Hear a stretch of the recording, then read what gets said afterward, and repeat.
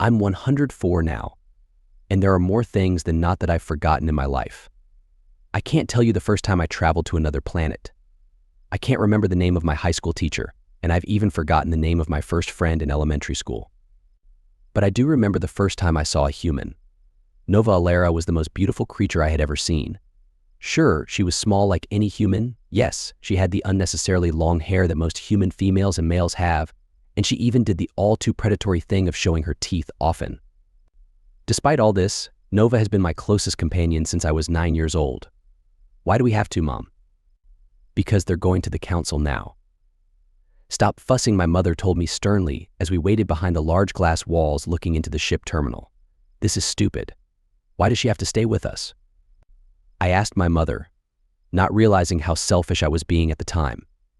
Rules are rules, dear. She never went into much depth, even as she got older. When the ship landed, I remember how hard I tried not to look. I even tried to move to another room, but the loud screams that came after the engine stopped kept my eyes glued to the platform. She was tiny, her face red and glistening with moisture oozing from her orifices. All I could think was how ugly humans are. What a shame they were allowed in the council. The little girl was making such a fuss that I didn't even notice that the hand she was holding was the hand of my father, Admiral Kyle, 3rd Admiral Kyle, 3rd Admiral of the Council Collective Space Fleet. But after contact with the horrible-looking humans, he was reduced to nothing more than a babysitter. She's not staying in my room, I said, face pressed against the window, ears pressed up against the cold surface.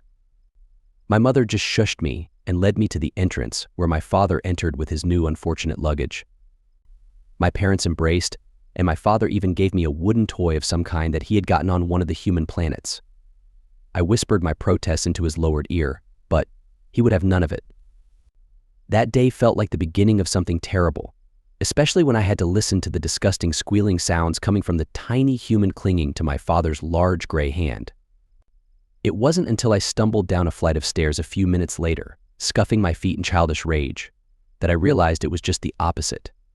Empathy, compassion, mercy, call it what you will, but humanity has it. Each race on the council is powerful, intelligent, clever, or resilient, but humans are just plain nice. The lumbering Draken are the least likely race to go head-to-head. The Zyre are known for their near-perfect soldiers. The ENNs are the oldest and most intelligent of the races. You'd be hard-pressed to find an era who wouldn't cheat you out of your last few credits. Then there are the Theron, who can withstand temperatures from 278K to 295K. It was barely 10 cycles after the humans were admitted to the council that the status quo changed. You can call the council a lot of things, but completely cohesive isn't one of them, at least not for 20 cycles. Territory is a lot harder to keep track of in space than it was when we were all terrestrial races, especially when half your races are hunting and pecking individual planets out of systems and the other half are taking over entire solar systems. Some will say the war was the Draken's fault, others will say the Vara had to learn that people get angry when you keep pulling the wool over their eyes. Either way, the Vara had persuaded the Council to give them a planet from a system already promised to the Draken. What started as a small border conflict quickly turned into a full-scale war between the Draken and the Vara. Races from across the galaxy took sides, and the Council searched for a way to end the war. The only thing the Council seemed to have accomplished was to accept the humans into the government and to perform the usual protocol of hosting 1,000 of the new race's children throughout the Alliance for the first few cycles. The war was hardly a dividing factor among the Council. Everyone felt it was unnecessary. Most races tried diplomatic talks with both sides, but no one would back down. It took 4 cycles before the Draken declared the war to be about the Vara, the race undermining the entire Council. Their goal, the extermination of every Vara man, woman, and child. When I was 9, I wanted to be everything my father was: strong, unyielding, commanding. But that day in the cold terminal, lying at the bottom of the stairs, I wanted nothing more than to be like Nova. She took no time at all to run down the stairs, which were almost twice the size she was used to. I lay on the floor whimpering, holding onto the leg I had landed on, which was now bent at an all too unnatural angle. Her face was still slightly red from a few moments ago, but there was no moisture dripping from her face, and she was completely silent. If it weren't for the incredible pain in my leg, I would have moved far away from her, but there was no escape. Oh no, she whispered to herself, though I had no idea why. You're so hurt, she said, as if I didn't know. But her voice wasn't informative. No, it actually wavered as if it was about to start making those horrible noises from before. "Get up," my father barked as he came up beside me. Coddling was looked down upon by every race on the council. You didn't get to be a sentient being by being weak. Evolution took care of everything that was not needed. "I don't think he can walk," Nova said quietly, looking up at my father from her crouched position. "Then leave him, child," my father said, walking to catch up with the rest of the travelers from his flight. "You can't leave him," she said louder, not leaving her crouched position next to me. "You're his daddy. You have to help him." My father paused, silently waiting for the young girl to follow him. He didn't repeat himself. "I won't leave him," she said, and she didn't. She sat there for minutes, maybe an hour, while my father stood in front of us on those stairs in full council regalia, staring into the defiant eyes of the little girl next to me. The pain subsided to a dull throbbing, but I wasn't about to try standing on that crooked appendage. It's no wonder you humans are so small when you let every member of your race reproduce, even with their flaws. My father finally said, causing the girl's face to twist into what I assumed was predatory anger. Her nostrils flared, and her eyebrows arched in a way that made her look like a hunter's kitten.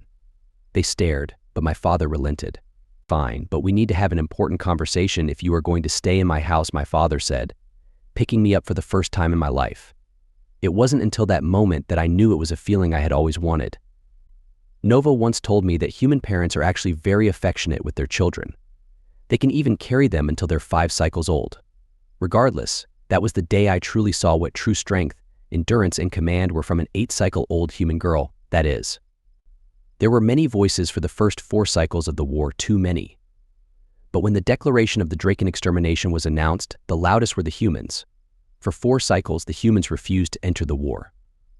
They sent aid to both sides and cautiously took their first steps into the political scene of the council. They were the most gentle of the races, but their voices swayed musically, and they often spoke with passion. If emotion were ammunition, they'd be the apex race. But none of the others got where they were by feeling strongly about an issue, so no one expected the humans to be the staunchest supporters of the war when it was declared. Hundreds of vids were made and sent to leading council members. They started privately but slowly trickled into the hands of the populace. They were old black and white footage of humans, low-quality videos from their first information age, and even a few videos of a sect of humans before their final step into the interstellar stage. But these were not just any humans, these were, in their opinion, the essence of humanity. The most miserable humans that had ever existed. The humans were relentless. This couldn't be. They spoke elegantly. Fire-like passion spewed from their speeches, and many races supported them, and thus, the Vara. I can't tell you what I believed when I first heard the human war speeches, but I can tell you what I felt empowered. It came as no surprise to me that Nova was one of them. Nova had been in our home for 20 cycles, and in those 20 cycles, I had learned many more things than we had taught her. When I was 11, I learned that they often kept other animals as pets, not livestock, mind you. No, they took animals and not for food, not for wool, not even for security, but out of love. When I asked my father if we could have a pet, he told me I was being ridiculous and that there was no need.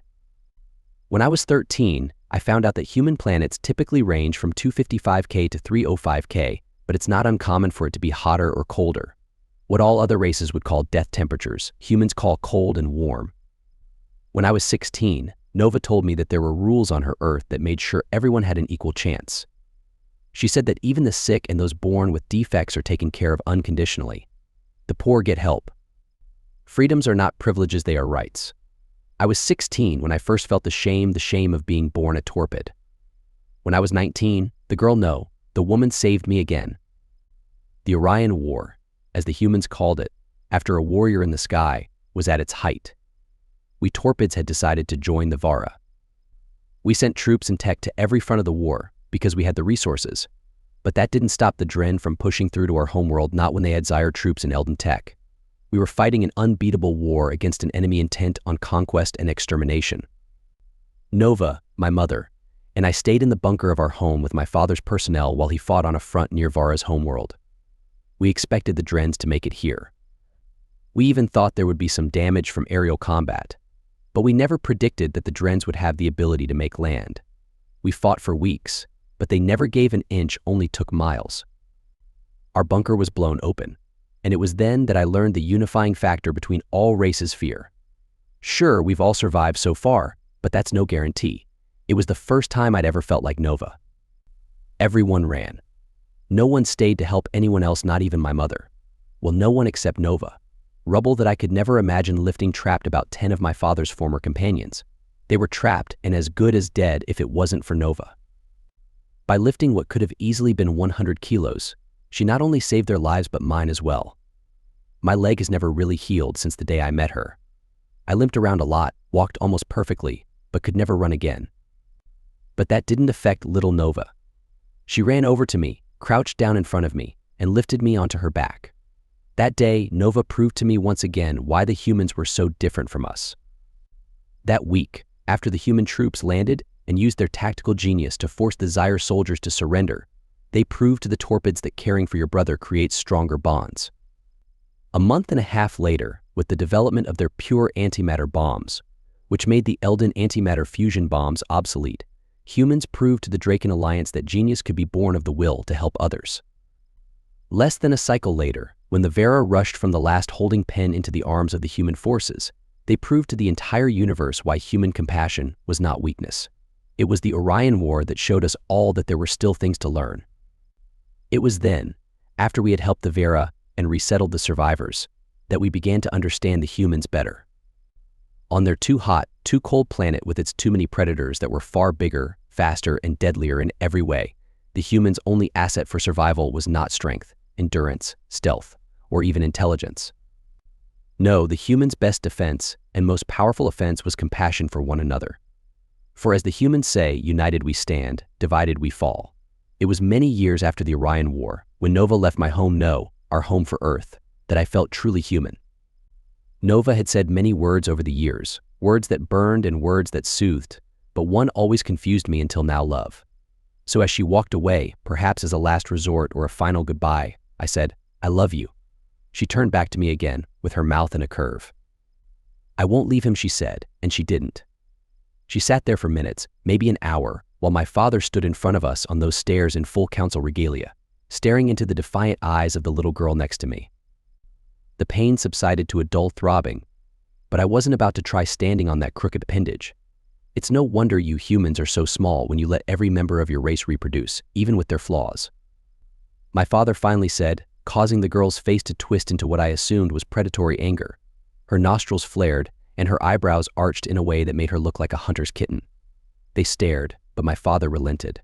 "Fine, but we need to have an important conversation if you are going to stay in my house," my father said, picking me up for the first time in my life. It wasn't until that moment that I knew it was a feeling I had always wanted.